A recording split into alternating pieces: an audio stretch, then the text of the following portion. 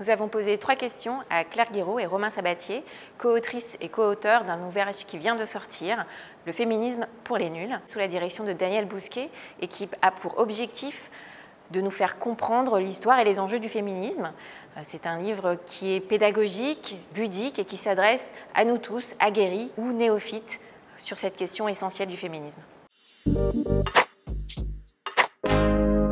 Ça nous a semblé important de revenir sur ce que le mouvement féministe a permis de gagner en termes de droits. Et donc on revient avec un découpage assez classique de ce mouvement féministe, avec une première vague qui défend le droit de vote et le droit d'être élu, une deuxième vague qui défend les droits sexuels et reproductifs, donc la contraception et l'avortement, et puis une troisième vague plus récente qui met du féminisme un peu partout et dans tous les secteurs. Et ce qui nous a marqué, c'est un peu une très grande continuité dans l'ensemble du mouvement féministe. Et donc même s'il y a eu ces vagues-là, en fait, chaque nouvelle génération de féministes, finalement, reprend les sujets, les remet à l'ouvrage et permet de faire le pas de plus. Et donc si on regarde par exemple la question du droit d'être élu, même si aujourd'hui ça fait un paquet de dizaines d'années que ce droit a été obtenu, on se rend compte qu'il y a encore des bastions qui résistent à l'égalité entre les femmes et les hommes.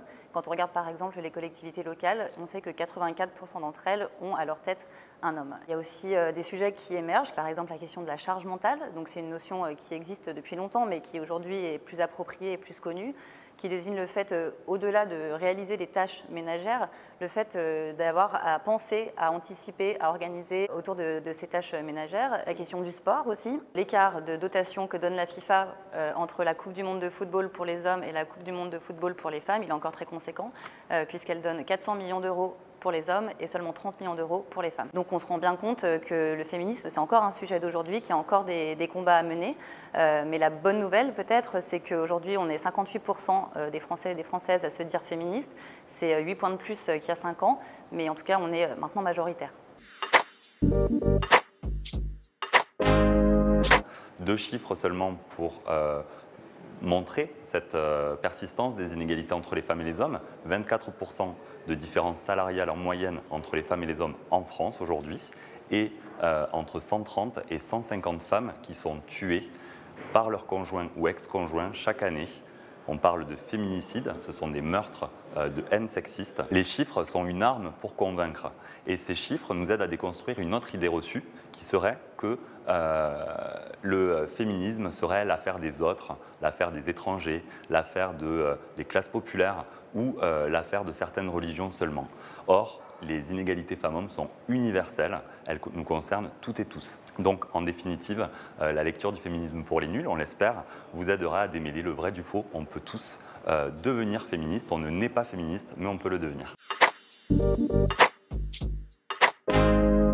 Le féminisme pour les nuls est un livre qui nous aide à décrypter les instrumentalisations du féminisme. S'il y avait un numéro à retenir, c'est le 3919. Le 3919, c'est un numéro d'écoute qui s'adresse aux femmes victimes de violences pour qu'elles soient orientées vers les dispositifs à côté de chez elles. Mais c'est aussi pour les témoins qui veulent savoir comment accompagner ces femmes victimes de violences qui les entourent. On donne 10 conseils pour devenir un homme féministe. J'en prends un seul, celui de prendre sa part à 50-50 au foyer, à la maison, et ne plus seulement aider. Le féminisme, c'est aussi un mouvement qui est enthousiasmant, qui est un mouvement joyeux, et c'est aussi un mouvement culturel. C'est pourquoi on a listé 10 musiques pour une playlist féministe, ainsi que 10 films féministes qu'on espère que vous prendrez du plaisir à écouter et à voir.